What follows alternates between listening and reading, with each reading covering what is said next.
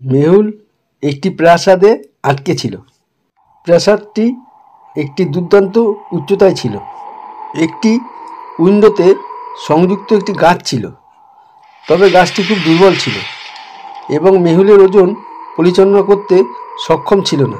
প্রাসাদের ভিতরে মেহুল 4টি দরজা দেখতে পেল। প্রথম দরজার পিছনে একটি ক্ষুধার্ত সিংহ ছিল।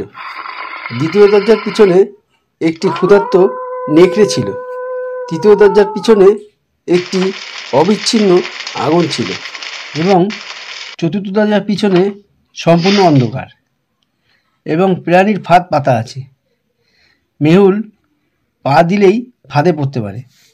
মেহুল কোন দরজা বেছে নেওয়া উচিত? 1, 2, 3 না 4?